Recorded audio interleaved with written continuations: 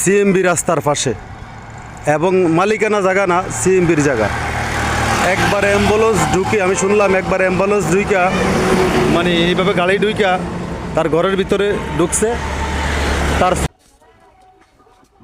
আসসালামু আলাইকুম, কি অবস্থা ভাই? আসেননি? ভালো ভাই, বেশি ভালো না ভাই, আলহামদুলিল্লাহ ভাই। কি হয়েছে আপনার? কি আমার শুনছি ফানাইয়া ভাই, ফানিয়া? ফানিয়া রোগারি ভাই, একবার অগ্রসর হয়েছি, ওখানে আবার রোল লাগবে, ভুলে গেছে আবার ওখানে আমি বড় সমস্যা আছি, খাওয়া দাওয়া ছেলে মেলে আর বড় বিপদে আছি। এটা ঠিক আছে, এটা ঠিক আছে। আমি শুনছি, আপনারা যদি সহযোগিতা আমি আসলে শুনে আসছি যে অবস্থা খুবই খারাপ। আগে একবার অপারেশন হয়েছে বালিয়াদদের, এখন আরেকবার।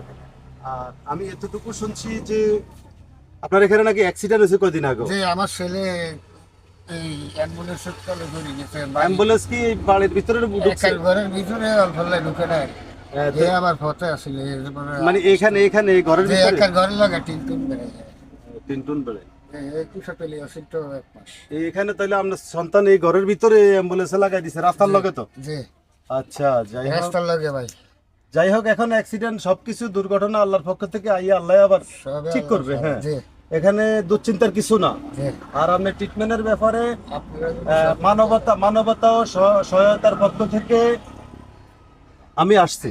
জি, এখন ইনশাল্লাহ আপনি কান্না করেন না, ইনশাল্লাহ আমি যতটুকু পারি জি, এই মানবতা ও সহায়তার পক্ষ থেকে আমি যতটুকু পারি আমি হেল্প করব। এবং এখানের দর্শকবিন্দু শ্রোতারা যারা আছে ওনারা আপনার ভিডিওটা দেখবে।